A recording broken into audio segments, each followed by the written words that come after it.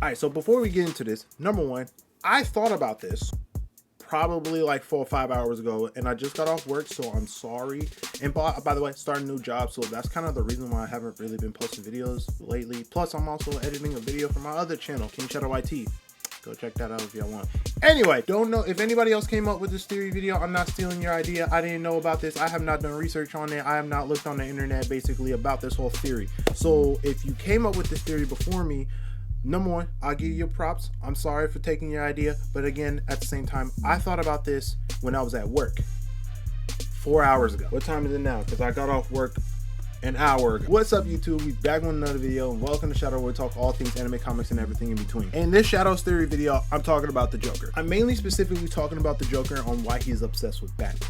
And I'm also a little bit confused because I find it funny that the Joker has done the most heinous crimes, and probably times 20 with Kaioken on top of that. And this motherfucker is not this motherfucker gets sent to Arkham at least once every other hour.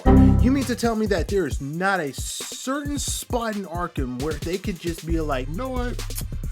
We're gonna make the death penalty yesterday and kill your ass while you in Arkham? Like, there are so many people that really deserve to get put 20 feet under, not 6. Let me explain why I think the Joker is obsessed with Batman. Even though this nigga literally should fucking die. Number one, I feel like Batman feels kind of sorry for the Joker, and he doesn't actually want to kill him because he thinks there's a chance, he can be brought back to normal. Just drop him that fucking thing of chemicals again and shit. He'll revert back to normal, or 2 times as insane and stupid and ugly. Let me explain why I think the Joker's obsessed with Batman. So for those who don't know the Joker's origin story, number one, it's the killing joke. So quick rundown: horrible living situation, wife is pregnant, unborn child, also an abusive asshole, so, and also a manipulator, misogynist, and whatever the fuck else you could think of. She went to the cops, said that she witnessed protection. Cops came to the Joker and basically told him, hey, yo wife and unborn child are dead. And he ending up joining the mob, became the Red Hood, ending up saw Batman, fell into the tub of acid, ace chemicals, whatever the fuck, and yeah, Joker was born. Here's the thing, my theory on this, and it goes on to like a really deep psychological type shit, mainly because I took Psych 101 in college.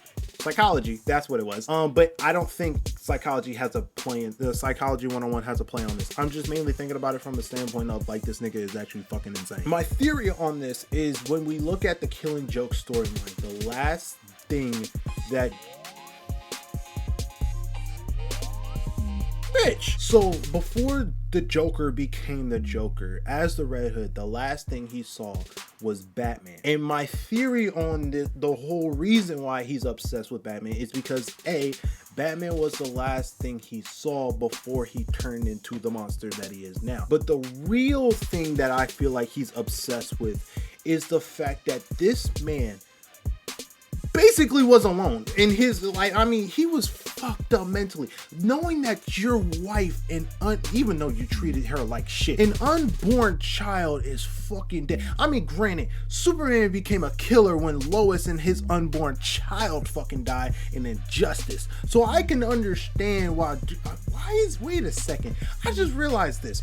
Why is it all of a sudden that when somebody's wife and unborn child dies, they become a killer? What the fuck is up in DC? I understand it's Detective Comics, but this should be renamed to Dark Comics. So like I said, his wife and child died, and for any man, even if you're a complete asshole of a person that abuses people and does things that are unspeakable, that you deserve to either fucking get killed or be killed. Either way, you should fucking die if you're that horrible of a human being. I'm not gonna go into full detail. You know what I'm talking about if you're that fucking type of asshole, or if you know that type of fucking asshole, or if you just know what that type of asshole mentality shit is. That, knowing that as a man, from my standpoint, if I know that my wife and child died, oh yeah, I'm ready to off myself already. But knowing from the Joker standpoint that his wife and child are gone and he's alone, there's no one else for him, because again, if it was just him, his wife, and his unborn child. So now the fact that them two are gone, and we don't know his whole family tree, because Ancestry.com was apparently not a thing in Gotham. Knowing that he was a complete alone person, knowing that there was somebody that he saw right before basically he broke and become 100% broke. Because I mean, technically broke even more. I would say shattered, but more on the lines, he broke at first when his wife and child died. He broke when he ending up became the Joker, but right before he shattered, actually no, technically he shattered when he became the Joker, because everything was just fucking.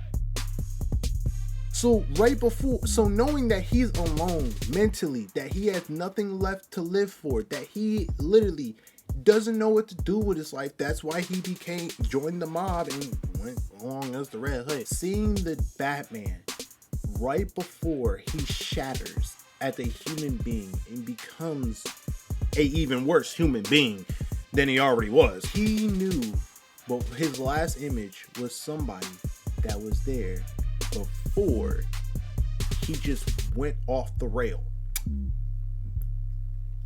Actually and metaphorically. The whole thought in the last image of a man in a Halloween costume with muscles the size of fucking Jack Hanma. That was the last person he knew that was next to him before he shattered. So the only reason why he's obsessed with Batman is because it was not only was it the last thing he saw before he became the Joker, but it was the closest and the only person.